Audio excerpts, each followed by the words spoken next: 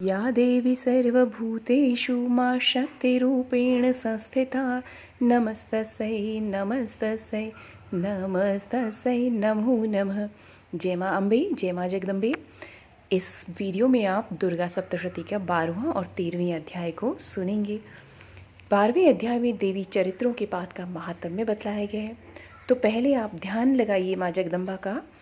मैं 3 नेत्रों वाली दुर्गा देवी का ध्यान करती हूँ। उनके श्री अंगों की प्रभा बिजली के समान है। वे सिंह के कंधे पर बैठी हुई भयंकर प्रतीत होती हैं। हाथों में तलवार और ढाल लिए अनेक कन्याएं उनकी सेवा में खड़ी हैं। वे अपने हाथों में चक्र, गदा, तलवार, ढाल, बाण, धनुष, पाश और तर्जनी मुद्रा धारण किए हुए हैं। उनका स्वरूप अग्निमय है तथा वे माथे पर चंद्रमा का मुकुट धारण करती हैं। देवी बोली, देवताओं, जो एकाग्र चित्त होकर प्रतिदिन इन स्तुतियों से मेरा स्तवन करेगा, उनकी सारी बाधा मैं निश्चय ही दूर कर दूंगी। जो मधु कैटभ का नाश, महिषासुर का वध तथा शुंभ निशुंभ के संहार के प्रसंग का पाठ करेंगे तथा अष्टमी, चतुर्दशी और नवमी को भी एकाग्र चित्त हो भक्ति पूर्वक मेरे उत्तम महात्म्य का श्रवण करेंगे, उन्हें कोई पाप नहीं छू सकेगा। उन पर पाप जनित आपत्तियां भी नहीं आएंगी। उनके घर में कभी दरिद्रता नहीं होगी तथा उनको कभी प्रेमी जनों के विछोह का कष्ट भी नहीं भोगना पड़ेगा। इतना ही नहीं, उन्हें शत्रु से, लुटेरों से, राजा से, शस्त्र से, अग्नि से तथा जल की राशि से भी कभी भय नहीं होगा। इसीलिए सबको एकाग्र चित्त होकर भक्तिपूर्वक मेरे इस महात्म्य को सदा पढ़ना और सुनना चाहिए। यह परम कल्याणकारक है। मेरा महात्म्य महामारी जनित समस्त उपद्रवों तथा आध्यात्मिक आदि तीनों प्रकारों के उत्पातों को शांत करने वाला है। मेरे जिस मंदिर में प्रतिदिन विधि पूर्वक मेरे इस महात्म्य का पाठ किया जाता है, उस स्थान को मैं कभी नहीं छोड़ती। वहाँ सदा ही मेरा सन्निधान बना रहता है। बलिदान, पूजा, होम तथा महोत्सव के अवसरों पर मेरे इस चरित्र का पूरा पूरा पाठ और श्रवण करना चाहिए। ऐसा करने पर मनुष्य विधि को जानकर या बिना जाने भी मेरे लिए जो बलि, पूजा या होम आदि करेगा, उसे मैं बड़ी प्रसन्नता के साथ ग्रहण करूंगी। शरद काल में जो वार्षिक महापूजा की जाती है, उस अवसर पर जो मेरे इस महात्म्य को भक्तिपूर्वक सुनेगा, वह मनुष्य मेरे प्रसाद से सब बाधाओं से मुक्त तथा धन, धान्य एवं पुत्र से संपन्न होगा। इसमें तनिक भी संदेह नहीं है। मेरे इस महात्म्य, मेरे प्रादुर्भाव की सुंदर कथाएं तथा युद्ध में किए हुए मेरे पराक्रम सुनने से मनुष्य निर्भय हो जाता है। मेरे महात्म्य का श्रवण करने वाले पुरुषों के शत्रु नष्ट हो जाते हैं। उन्हें कल्याण की प्राप्ति होती है तथा उनका कुल आनंदित रहता है। सर्वत्र शांति कर्म में बुरे स्वप्न दिखाई देने पर तथा ग्रह जनित भयंकर पीड़ा उपस्थित होने पर मेरा महात्म्य श्रवण करना चाहिए। इससे सब विघ्न तथा भयंकर ग्रह पीड़ाएं शांत हो जाती हैं और मनुष्यों द्वारा देखा हुआ दुस्वप्न शुभ स्वप्न में परिवर्तित हो जाता है। बाल ग्रहों से आक्रांत हुए बालकों के लिए यह महात्म्य शांतिकारक है तथा मनुष्यों के संगठन में फूट होने पर यह अच्छी प्रकार मित्रता कराने वाला होता है। यह महात्म्य समस्त दुराचारियों के बल का नाश करने वाला है। इसके पाठ मात्र से राक्षसों, भूतों और पिशाचों का नाश हो जाता है। मेरा यह सब महात्म्य मेरे सामीप्य की प्राप्ति कराने वाला है। पशु, पुष्प, अर्घ्य, धूप, दीप, गंध आदि उत्तम सामग्रियों द्वारा पूजन करने से, ब्राह्मणों को भोजन कराने से, होम करने से, प्रतिदिन अभिषेक करने से, नाना प्रकार के अन्य भोगों का अर्पण करने से तथा दान देने आदि से 1 वर्ष तक जो मेरी आराधना की जाती है और उससे मुझे जितनी प्रसन्नता होती है, उतनी प्रसन्नता मेरे इस उत्तम चरित्र का एक बार श्रवण करने मात्र से हो जाती है। यह महात्म्य श्रवण करने पर पापों को हर लेता है और आरोग्य प्रदान करता है। मेरे प्रादुर्भाव का कीर्तन समस्त भूतों से रक्षा करता है तथा मेरा युद्ध विषयक चरित्र दुष्ट दैत्यों का संहार करने वाला है। इसके श्रवण करने पर मनुष्यों को शत्रु का भय नहीं रहता। देवताओं, तुमने और ब्रह्म ऋषियों ने जो मेरी स्तुतियां की हैं तथा ब्रह्मा जी ने जो स्तुतियां की हैं, वे सभी कल्याणमयी बुद्धि प्रदान करती हैं। वन में, सूने मार्ग में अथवा दावानल से घिरा जाने पर, निर्जन स्थान में, लुटेरों के दाव में पड़ने पर या शत्रुओं से पकड़े जाने पर अथवा जंगल में सिंह, व्याघ्र या जंगली हाथियों के पीछा करने पर कुपित राजा के आदेश से वध या बंधन के स्थान में ले जाए जाने पर अथवा महासागर में नाव पर बैठने के बाद भारी तूफान से नाव के डगमग होने पर और अत्यंत भयंकर युद्ध में शस्त्रों का प्रहार होने पर अथवा वेदना से पीड़ित होने पर, सभी भयानक बाधाओं के उपस्थित होने पर जो मेरे इस चरित्र का स्मरण करता है वह मनुष्य संकट से मुक्त हो जाता है। मेरे प्रभाव से सिंह आदि हिंसक जंतु नष्ट हो जाते हैं और लुटेरे और शत्रु भी मेरे चरित्र का स्मरण करने वाले पुरुष से दूर भागते हैं। ऋषि कहते हैं, यूं कहकर प्रचंड पराक्रम वाली भगवती चंडिका सब देवताओं के देखते देखते वहीं अंतर्ध्यान हो गई।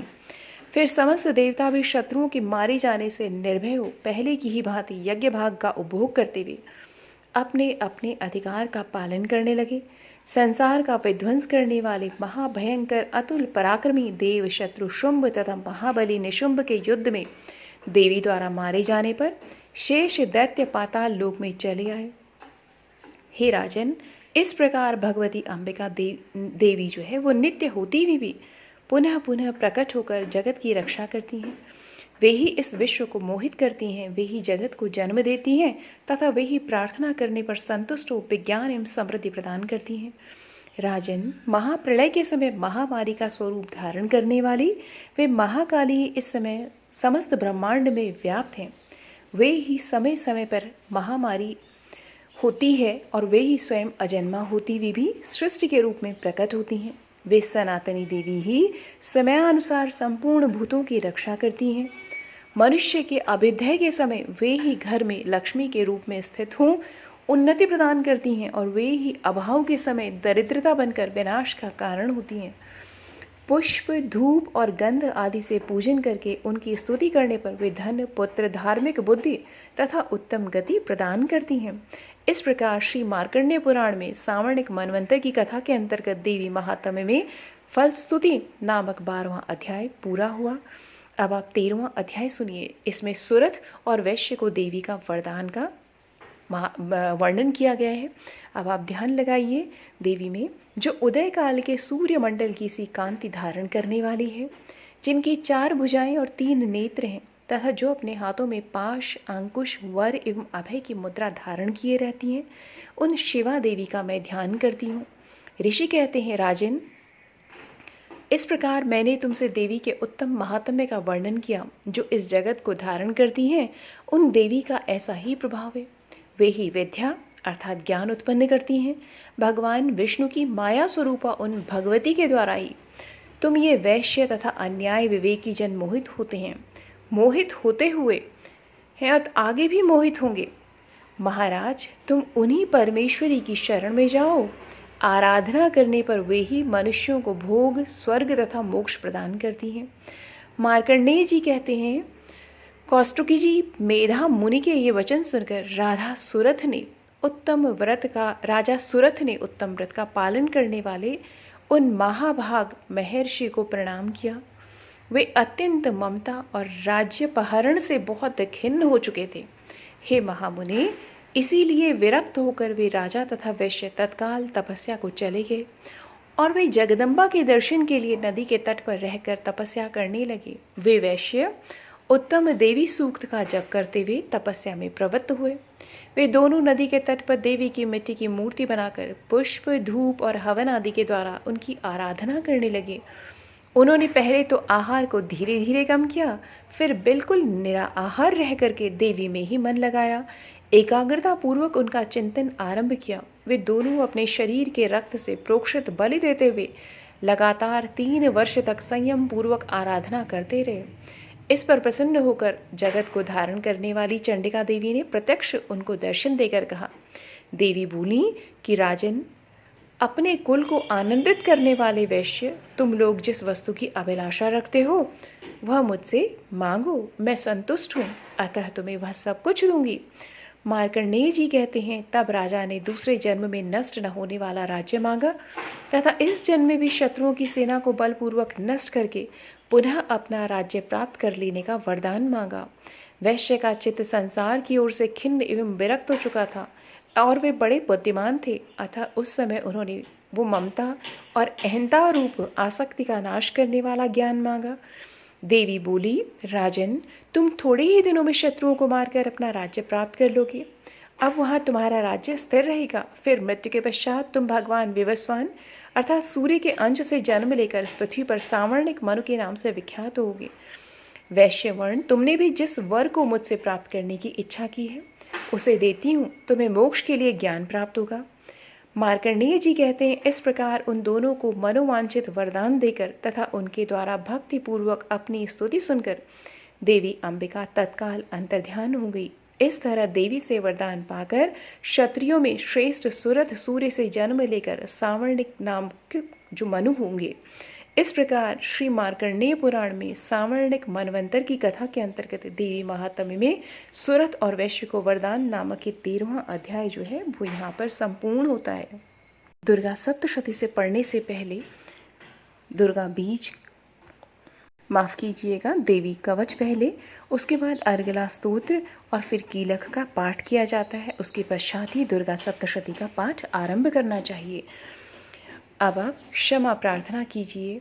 दुर्गा सप्तशती में हमारी पूजा में जो हमसे कमी रह गई हो, भूल चूक हुई हमसे भी हो, उस सब के लिए हमें क्षमा प्रार्थना देवी से करनी चाहिए। हे परमेश्वरी, मेरे द्वारा रात दिन सहस्रों अपराध होते रहते हैं।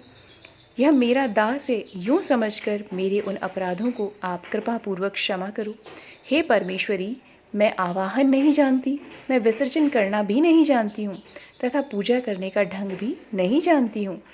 क्षमा करो देवी सुरेश्वरी, मैंने जो मंत्रहीन, क्रियाहीन और भक्तिहीन पूजन किया है वह सब आपकी कृपा से पूर्ण हो।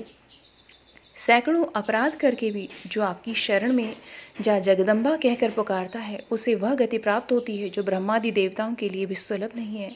हे जगदम्बिके, मैं अपराधी हूँ किंतु आपकी शरण में आई हूँ। इस समय दया की पात्र हूँ, आप जैसा चाहो वैसा करो। हे देवी, हे परमेश्वरी, अज्ञान से, भूल से अथवा बुद्धि भ्रांत होने के कारण मैंने जो न्यूनता या अधिकता कर दी हो वह सब क्षमा करो और प्रसन्न हो। सच्चिदानंद स्वरूपा परमेश्वरी, जगन माता कामेश्वरी, आप प्रेम पूर्वक मेरी यह पूजा स्वीकार करो और मुझ पर प्रसन्न रहो। हे देवी सुरेश्वरी, आप गोपनीय से भी गोपनीय वस्तु की रक्षा करने वाली हो। मेरा निवेदन किए हुए इस जप को ग्रहण करो। तुम्हारी कृपा से मुझे सिद्धि प्राप्त हो। जय माँ दुर्गे, जय माँ भवानी।